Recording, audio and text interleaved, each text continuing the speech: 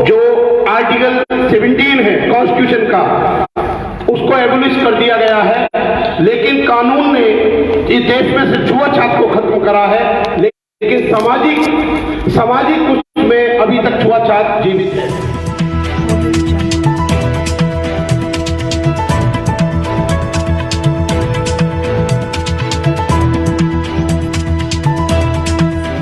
पर जो भी वक्ता ने कहा वो उसकी अपनी राय है, जिसकी पुष्टि नेशन न्यूज इंडिया नहीं करता। जब तक आप ईश्वर की हत्या नहीं कर देते हो, ऐसे देवी देवताओं की हत्या नहीं कर देते हो कि उनको खत्म नहीं कर सकते हो अपने मानसिक और शारीरिक रूप से, इस देश में से छुआछूत खत्म नहीं हो सकती। मैं आपको बताना चाहता हूं कि अनटचेबिलिटी जो छुआछूत है, क्या वो सामाजिक मुद्दा है? क्या वो आर्थिक मुद्दा नहीं है?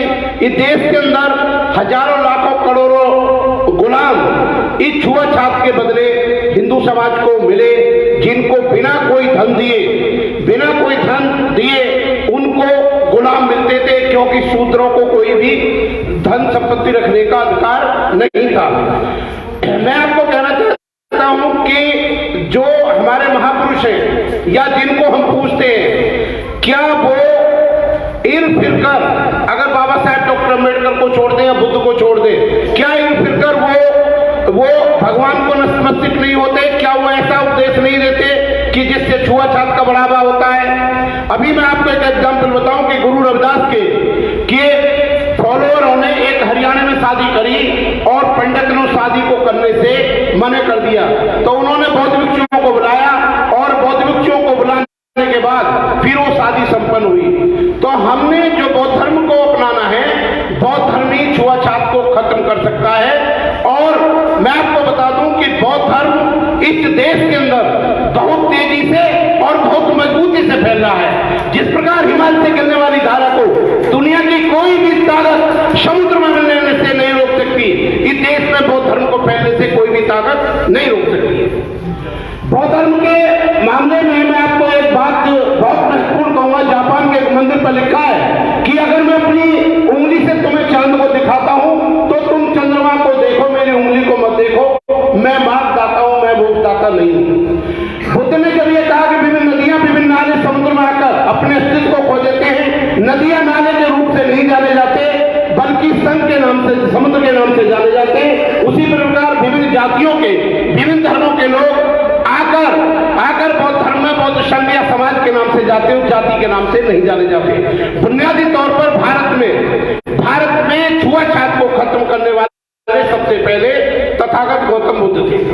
दूसरी बात मैं आपको बता दूं कि तथागत गौतम बुद्ध की जो ब्राह्मणों का संघर्ष था, वो उनके दर्शन से नहीं था, उनकी फिलॉसफी से नहीं था, बल्कि सामाजिक समानता को लेकर जो इक्वलिटी, लिबर्टी एंड फ्रेटर्निटी की भावना थी, उससे इस देश के जो आदमी शोषण कर रहे थे उससे बागी थे और वो चाहते थे कि इस देश में समानता कायम ना हो। इसलिए इस देश का सुप्रीम कोर्ट का जज, हाई कोर्ट का जज या कोई भी डिस्ट्रिक्ट कोर्ट का जज निर्णय करने से पहले ये देखना चाहता है कि इस वाले मुलजिम की या एक्सपीडिशनर की या कंप्लेनेंट की या एक्यूज की जाति क्या है। जातिवाद इतना इस देश में घुम गया है कि हर आदमी, देश के हर व्यक्ति को जातिवाद के चश्मे से देखना चाहते हैं। सबसे महत्वपूर्ण बात यह है कि जातिवाद को खत्म कौन करना चाह रहा है? जातिवाद को क्या वो लोग खत्म करना चाहेंगे जो जातिवाद के आधार पर अपार संपत्ति सरकार को लूट रहे हैं? क्या जातिवाद को लोग खत्म करना चाहेंगे जो शुल्काष्टों की तरह सरकार से रिजर्वेशन लेना चाहते हैं? जातिवाद को पीड़ित पक्ष खत्म करना चाहता है, जिसका मानसिक शारीरिक शोषण हो रहा है और समाज से उसको सम्मान नहीं मिल रहा। मैं आपको एक बात बता दूं कि जातिवाद को इस भारत में कितने आदमी हैं? How many peoples are the follower of Bhagat Singh? Bhagat Singh क्या कितने आदमी फॉलो करने वाले हैं? मेरा अपना नजरिया यह है कि भगत सिंह का फॉलो करने वाला एक व्यक्ति भी नहीं है। इवन केजरीवाल जो फोटो लगा रहे हैं वो भी भगत सिंह के फॉलो नहीं है, क्योंकि भगत सिंह बनने की पहली शर्त है कि पूर्णतः नास्तिक होना, पूर्णतः ईश्वर के अस्तित्व को खत्म करना। जहां तक कम्युनिस्टों की बात है, भारत का कम्युनिस्ट आर्थिक रेवोल्यूशन तो चाहता है लेकिन सामाजिक रेवोल्यूशन नहीं चाहता। और भारत में जितने भी कम्युनिस्ट हैं वो सब जातिवादी है, सब ब्राह्मणवादी है, सब एंटी शुल्कास्ट है, कोई भी सोशल रेवोल्यूशन के खिलाफ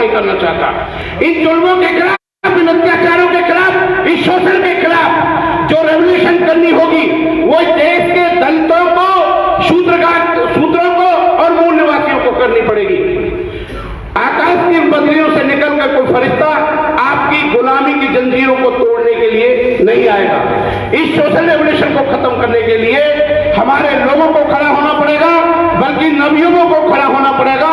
और इस तरह के जो प्रोग्राम ऑर्गेनाइज किए हैं, मैं बहुत बहुत धन्यवाद देता हूं इन साहब और उनकी टीम को कि वो उन बुद्ध विहारों में जाकर जागरण कर रहे हैं कि जहां पर लोग सोए पड़े हैं और केवल जो भूतपूर्व नौजवान है, भूतपूर्व नौजवान से मेरा मतलब जो 60+ के क्रांतिकारी व्यक्ति हैं, वो ही समाज की चेतना लाने में है। और इसी रेवोल्यूशन को आगे बढ़ाते हुए मैं आपको आमंत्रित करता हूं कि 22 जनवरी 2023 को 12 बजे से 3 बजे अशोकनगर में एक बहुत बड़ा प्रोग्राम गणतंत्र दिवस के संबंध में होगा। आप सभी लोग उसमें आमंत्रित हैं। मैं दूसरी बात ये कहना चाहता हूं कि बाइबल में एक कोटेशन आता है, the man created the God in his own image, कि मनुष्य ने ईश्वर को अपनी शक्ल के अनुसार बनाया। जो जर्मन के फिलोसोफर है फ्रेडरिक नीत्शे, वो कहते हैं इससे बड़ा कोई झूठ नहीं हो सकता। God does not created the man but the man created the God in his own image. आप अफ्रीका के आदमियों को देखोगे, वो काले होते हैं तो उनके भगवान भी काले होते हैं, उनके होठ मोटे होते हैं तो उनके भगवान के भी होठ मोटे होते हैं। और जो अमेरिका के लोग हैं, उनकी आंखें नीली होती है तो अपने भगवान की आंखें नीली कर देते हैं। मैं आपको ये कहना चाहता हूं कि God is an instrument which is the use for the exploitation of the poor. गरीबों के शोषण के लिए हिंदू देवी देवता एक यंत्र का काम करते हैं। तो बाबा साहब की जो कंसेप्ट है, वो कंसेप्ट ये है कि पहली बात तो हम लोगों को बौद्ध होना चाहिए और किसी भी हिंदू मंदिर में हमें दान नहीं देना चाहिए, बल्कि अपने समाज को मजबूत और वैज्ञानिक विचारधारा। एक आप देखोगे बाबा साहब डॉक्टर अम्बेडकर का जो संविधान है, वो पूरा बुद्धिज्म उसमें समाया हुआ है। आप अगर देखोगे उसके उसकी जो आप शेड्यूल 3 देखोगे संविधान का, शेड्यूल 3 अनुसूची 3 में जो ईश्वर के नाम की शपथ लेने का कोई भी प्रोविजन नहीं है, बल्कि मैं सत्यनिष्ठा से कहता हूं। तो बाबा साहब डॉक्टर अम्बेडकर ने ईश्वर का कोई भी प्रावधान भारतीय संविधान में नहीं रखा है। और आर्टिकल जो 17 है, आर्टिकल 17 में एवोल्यूशन ऑफ अनटचेबिलिटी है और उसी के तहत आपका अनटचेबिलिटी एक्ट 1955 बना। उसके बाद आपका protection of civil rights act 1976 में बना और इसी को पावर देते हुए 1989 में the prevention of the SC/ST जो एट्रोसिटी एक्ट बना। लेकिन देश की पुलिस कहती है कि एक सुल्कास पिटा है, उसके लिए एक जनरल जाति का गवाह लेके आइए। मैं एक बात आप लोगों से पूछना चाहता हूं कि प्रधान का भाई पीटने वाला है या कोई पावरफुल आदमी पीटने वाला है और हम पीटने वाले, तो प्रधान हमारे खिलाफ कैसे कोर्ट में गवाही देगा? तो सुल्कास के जो गवाहियों के केस है, आप नोएडा में 20 साल से भी SC/ST एक्ट में एक में भी सजा नहीं हुई, तो उस जज के खिलाफ हमने लिख दिया हाईकोर्ट और सुप्रीम कोर्ट के हर जज को कि साहब ये बिल्कुल ताजी इंजरी और कोई कार्रवाई नहीं हुई। बाद में उसमें गवर्नमेंट ने, हाई कोर्ट ने संज्ञान लिया, उसमें अपील फाइल करी। मैं आपको ये कहना चाहता हूं कि आपका जो समाज है, आपके जो लोग हैं, इसमें बराबर क्रांतिकारी बातें होती रहनी चाहिए, समाज को जागृत करना चाहिए। और मैं आपको कहना चाहता हूं कि केवल गर्म लोहे के साथ ही गर्म लोहे को जोड़ा जा सकता है, ठंडे लोहे के साथ में कभी गर्म लोहे को नहीं जोड़ा जा सकता। जिस प्रकार से आपके जहर से ही जहर की दवाई से आपके जहर से ही बनाई जाती है, उसी प्रकार वर्तमान परिस्थिति को देखकर हमारे लोगों को बराबर आंदोलित होना चाहिए, हर जुल्म के खिलाफ आवाज उठानी चाहिए। और मैं अपनी एक बात आप लोगों से कहूंगा कि बहुत जरूरी है, अब्राहम लिंकन का एक बयान है कि अगर आप समाज में सामाजिक क्रांति करना चाहते हो तो आपको लोगों को उनके घर पे जाकर जगाना होगा। और 2 बात आपको बहुत इंपॉर्टेंट याद रखनी चाहिए कि जब सामाजिक कार्यकर्ता कोई कार्य कर रहा हो या घोड़े नदी को पार कर रहा हो तो उसमें एंटर नहीं मानना चाहिए। वो आपको विपरीत दिशा में ले जा सकता है, आपको डुबा सकता है और बौद्ध धर्म से ही छुआछूत खत्म हो सकती है। एकमात्र यही उपाय है। मैं एक बात आपको कहना चाहता हूं, गुरु रविदास के जो शिष्य थे उस समय, आप मेरी बात को कोई भाई बुरा ना समझे, जो एक थीसिस विद्यावती मालिका जी ने लिखा है, संत साहित्य पर बौद्ध धर्म का प्रभाव, संत साहित्य पर बौद्ध धर्म का प्रभाव विद्यावती मालिका ने लिखा है। जितने भी संत भारत में हुए, गुरु नानक हो, गुरु रविदास हो, कबीरदास हो या दादू या जितने भी संत पैदा हुए उन सबने बौद्ध धर्म का ही प्रत्यक्ष रूप से प्रचार किया है। जब आप कहते हो धम्पद की पहली गाथा में मन चंगा उसका कि धर्म सभी वस्तुओं का हुआ है, तो गुरु रविदास उसी बात को कहते हैं कि मन चंगा तो कठौती में गंगा। मैं आपको ये बात बिल्कुल क्लियर कहना चाहता हूं कि भगवान दास जी जो वकील साहब थे, हमारे वाल्मीकि समाज से थे, वो जीवन भर संघर्ष करते रहे, लेकिन वाल्मीकि समाज के लोग उनको हर मन से उतार कर भगाते रहे। उसका एक कारण ये था कि वो अम्बेडकरवादी थे, वो विज्ञानवादी थे, and he was the following of the scientific temperament. दूसरी तरफ वो लोग थे और उन्होंने हमारी उनसे बात, भगवान दास जी के साथ रहे, उन्होंने काफी देखा। उनकी एक बात थी कि आप वाल्मीकि की पूजा मंदिर में करते हो, अगर इन्होंने रामायण लिखी है तो पंडित इसकी पूजा क्यों नहीं करता। एक उनका यह था कि वाल्मीकि जी ने तीर तलवार चलाने सिखाए, लेकिन भारत में सोशल के लिए कैसे आ सकती है, आपने झाड़ू चलाना कहां से सीखा। मैं आपको यह कहना चाहता हूं कि वैज्ञानिक सोच होनी चाहिए और इस देश में दलितों के जुल्म के तूफान को केवल जमीन के द्वारा रोका जा सकता है और जमीन में लोग पैदा कर सकते हैं जो स्वयं जरूरी है। मेरे भाइयों, आज जिस प्रकार पानी में रहने वाली मछली पानी में पानी पीता नजर नहीं आती, उसी प्रकार देश में होने वाले शुल्काष्टों का अत्याचार करने वाले अत्याचार करते हुए नजर नहीं आते। जिस प्रकार बांस के झुंड में से एक बांस को काटना आसान नहीं होता, उसी प्रकार अगर हम लोग एक हो जाए तो किसी भी शुल्काष्ट को हानि पहुंचाना आसान नहीं होगा। दुश्मनियां दो प्रकार की हैं, एक प्राकृतिक दुश्मनी एक नेचुरल एनिमिटी है, दूसरी आर्टिफिशियल एनिमिटी है।